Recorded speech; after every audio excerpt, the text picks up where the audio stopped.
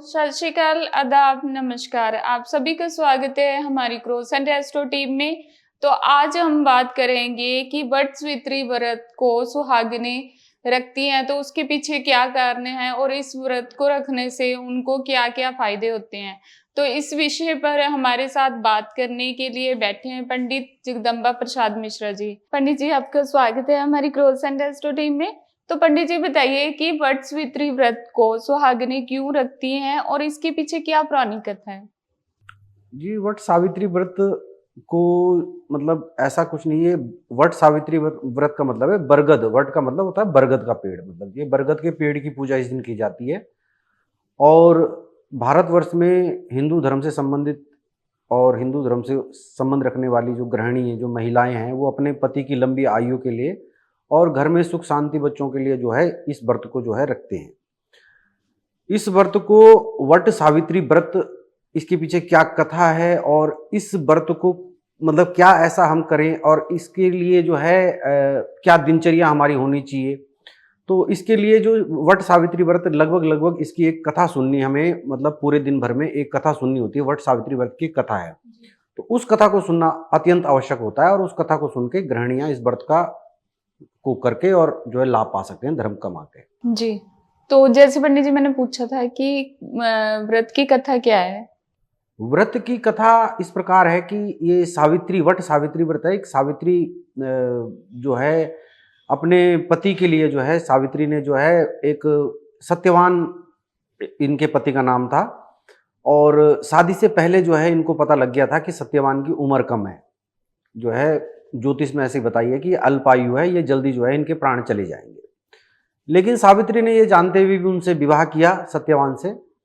और अपना सावित्री बहुत अमीर घर की और राजा की जो एक कन्या थी, तो वो पूरा राजपाट छोड़कर और सत्यवान जो कि एक जंगल में और एक गांव, मतलब ऐसे गांव के माहौल में रहता था, वहां आके रही और उसके साथ एक बहुत ही अच्छा ग्रस्त जीवन उसने बिताया।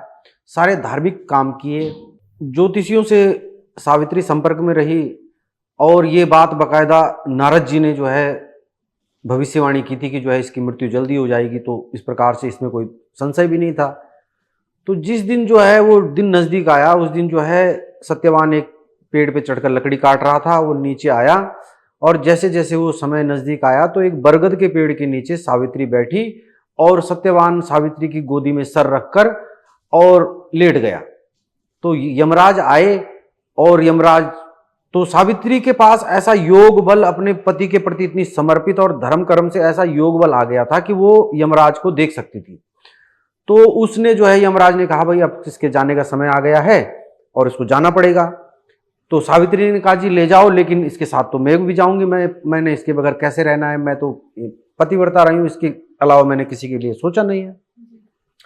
यमराज ने बहुत मनाया, अब नहीं बेटी जाओ, घर जाओ, ऐसा नहीं होता, प्रकृति का नियम है, इसी का टाइम है, यही जाएगा, जाओ, तुम्हें जो तुम्हारे पिताजी की करोड़ों की संपत्ति छोड़ के तुम आई थी, उससे ज्यादा संपत्ति का तुम्हें मालिक बना देता हूं, जाओ, देखो तुम्हारा महल भी तैयार मिलेगा तुम्हें, तुम्हारी ये इच्छा थी वो भी पूरी हो जाएगी। सावित्री की पता नहीं कितनी इच्छाएं, कितनी संपत्ति यमराज ने दी, लेकिन वो कहा कि नहीं नहीं नहीं, मैं तो अपने पति को छोड़ के नहीं जाऊंगी।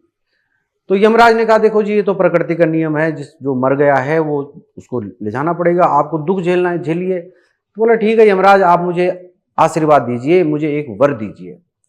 बोला ठीक है, हाँ वर मांग सकते हो आप, अगर आप बोलते हो कि आपने इतना धर्म तो किया है कि आप इतनी जिद रखोगे तो वर मांग लो आप। तो सावित्री ने वर मांगा कि मेरे को ना 100 औलाद चाहिए, 100 बच्चे चाहिए मेरे को।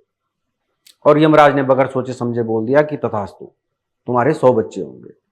तो सावित्री ने फिर कहा कि महाराज मैंने तो अपने पति के अलावा किसी के बारे में सोचा भी नहीं है, और जब ये मेरे पति आपके साथ चले जाएंगे तो 100 बच्चे मैं कहाँ से लाऊंगी।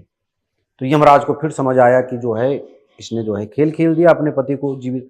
तो वो जो बातें हैं उन बातों में जो है वो उस वरदान में फंसकर यमराज को जो है सत्यवान को पुनः जीवित करना पड़ा।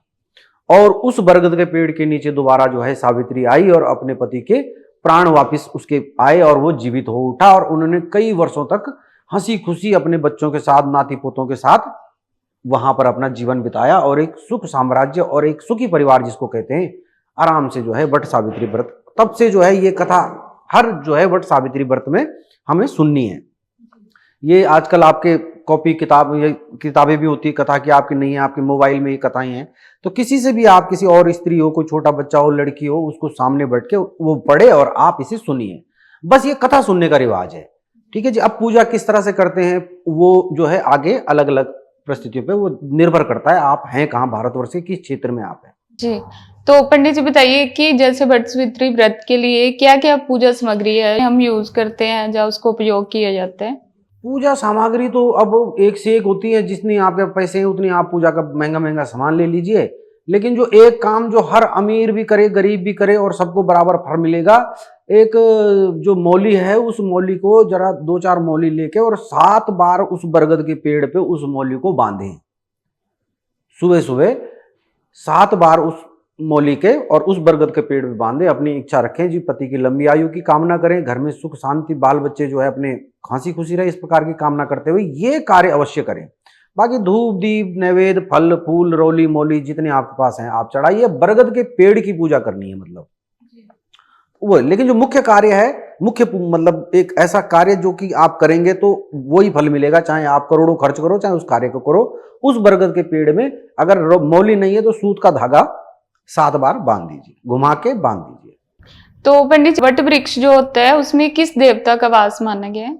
वट वृक्ष में तो अब देवता का, बरगद के पेड़ में दरअसल अब समझने वाली बात है कि 2 चीजें हैं इसमें बंट गई। एक तो जो गरुड़ पुराण में जो बरगद के पेड़ बताया गया, और एक जो और पुराणों में बरगद के पेड़ बताए गए, दोनों में फर्क है। एक तो जो और पुराणों में बरगद के पेड़ का वर्णन आता है उसमें आता है कि ब्रह्मा विष्णु महेश जो है इसमें, लेकिन रात के समय बरगद के पेड़ में भूत प्रेतों का वास भी गरुड़ पुराण में बताया कि भाई भूत प्रेत बरगद के पीपल के पेड़ों में रहते हैं, क्योंकि इनकी उम्र लंबी होती है।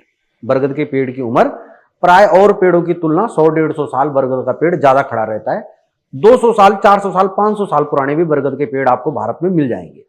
तो इसलिए जो है ब्रह्मा विष्णु महेश मुख्यतः जो वट सावित्री व्रत में आपको मान के चलना है, वो ब्रह्मा विष्णु महेश और भगवान विष्णु से संबंध जो है इसका मुख्यतः है।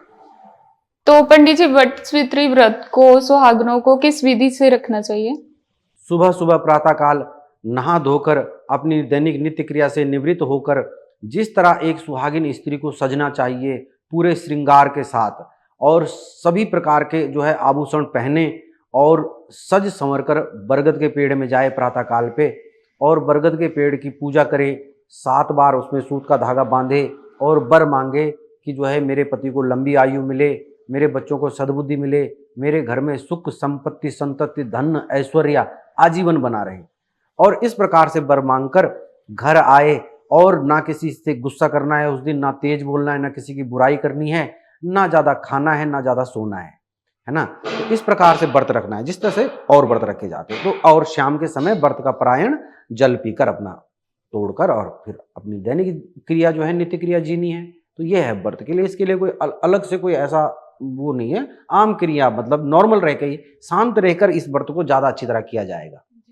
तो पंडित जी ये तो बात होगी पूजा की, तो अब ये बताइए कि जो स्त्री व्रत रख रही है उसको व्रत के समय में क्या खाना चाहिए और क्या नहीं खाना चाहिए वटसावित्री व्रत में? अब व्रत के समय में खाने न खाने की बात तो मैं तो इस तर्क को मानता ही नहीं हूँ कि भाई आपके लिए, अब आप भारतवर्ष में ये हो गया है कि आपका व्रत है तो आपको कुछ न कुछ अलग से खाना ही खाना है। मतलब आपका व्रत है तो ये सवाल, अगला सवाल यही होता है कि हम क्या क्या खा सकते हैं। अरे आप भूखे रहिए, एक दिन भूखे रहने से आज तक कौन 29 दिन खा के 30वें दिन भूखा रह गया, और कौन व्यक्ति ऐसा है जो उस दिन मर गया भूखा रहने से, है ना। तो व्रत का मतलब ही ये होता है कि भाई जो हम हमारे अंदर जो खाना खाएंगे हम, हमारे अंदर आएगी ताकत, है ना। हम आप जितना अच्छा खाना खाइए उससे आती है ताकत, ताकत से बढ़ता है दिमाग, शरीर की ताकतें बढ़ती है, शरीर की होती हैं इच्छाएं, और वो इच्छाएं फिर व्यक्ति को कर्म करने पे मजबूर करती है। व्रत वाले दिन हमको दुनियादारी के कर्मों को त्यागना है और भगवान की तरफ अपना मुख मोड़ के रखना है। इसलिए हमें उस ताकत की जरूरत नहीं है जो शारीरिक ताकत हमको दुनिया में खड़ा करने के लिए जरूरी चाहिए। हमें उस दिन भगवान के सामने खड़ा होना है, वहां हमें ताकत की क्या जरूरत है, वहां तो हमारे अहंकार को तोड़ के हमको मांगना है ना, भिखारी बन के गए हैं वहां पे। तो उस दिन हमें शारीरिक ताकत की, तो खान पान के मेरे, लेकिन कोई मरीज अगर है, किसी की तबीयत खराब है, डॉक्टरी दवाई किसी की चल रही है और उसको खाना जरूरी है, तो मैं आपको सुनिश्चित करना चाहता हूं कि आप व्रत वाले दिन अपनी दवाई का नियम भी मत तोड़िए। क्योंकि बूढ़े, बच्चे और बीमार पे कोई दोष नहीं लगेगा हिंदू धर्म के अनुसार। जो बूढ़ा होगा, जो बच्चा होगा और जो बीमार होगा, उसको कोई दोष नहीं लगेगा। ये गरुड़ पुराण में जो लिखा हुआ है। तो जो बीमार लोग हैं वो अपने कुट्टू के आटे की पकौड़ी होती है, कुट्टू का आटा बाजार में मिलता है, उसकी पकौड़ी खा सकते, फलाहार खा सकते, हल्का दूध पी सकते। तो ये अगर ज्यादा जरूरी है तो कीजिए, वरना भूखे रहने, जो व्रत का मतलब ही भूखा रहना होता है, कि त्याग होता है मतलब। तो मेरे तो राय ये है। जी, तो पंडित जी वटस्वित्री व्रत को जो जातक रखते हैं उसको रखने से उनको क्या क्या लाभ होते हैं? अब लाभ तो, अब जैसे कि अब पता ही है कि आपने कथा सुननी है सावित्री सत्यवान की, और वो अपने पति को जीवित करके ले आई है। तो लाभ अपने पति की लंबी उम्र का ही, जो इसका मुख्य एक उद्देश्य है कि भाई हम अपने पति की लंबी उम्र, है ना, हर एक सुहागिनी स्त्री का सपना होता है कि वो सुहागिनी मरे, है ना, मतलब तो उसको पति की लंबी उम्र की, मुख्यतः पति की लंबी उम्र, उसके बाद अगर दूसरी चीज चाहिए तो घर में सुख शांति। सावित्री ने 100 बच्चे भी मांगे थे यमराज से, तो अगर किसी की बच्चे नहीं है और पुत्र इच्छा से कोई ये करे तो वो उसके लिए भी बड़ा कारगर ये उपाय हो सकता है। तो इस प्रकार से ही है, मतलब घर परिवार की शांति से संबंध है इसका। पंडित जी इस बार वटस्वित्री व्रत का शुभ मुहूर्त क्या है? देखिए, शुभ मुहूर्त की बात है कि ये वट सावित्री व्रत की जो तिथि अनुसार है, धार्मिक रीति अनुसार और वैदिक पंचांग के हिसाब से, तो 18 तारीख को 9 बजे करीबन, 18 मई को ये शुरू हो जाएगी और ये 19 तारीख को करीबन 8:30 बजे तक व्याप्त रहेगी। तो अब जो इसका मुहूर्त की बात करें तो अब आप, ऐसा तो है नहीं कि बरगद के पेड़ की पूजा रात को करने जाएंगे या दिन के, तो आपको सुबह ही करना है। जो क्रिया होगी इसकी मुख्यतः सुबह होगी।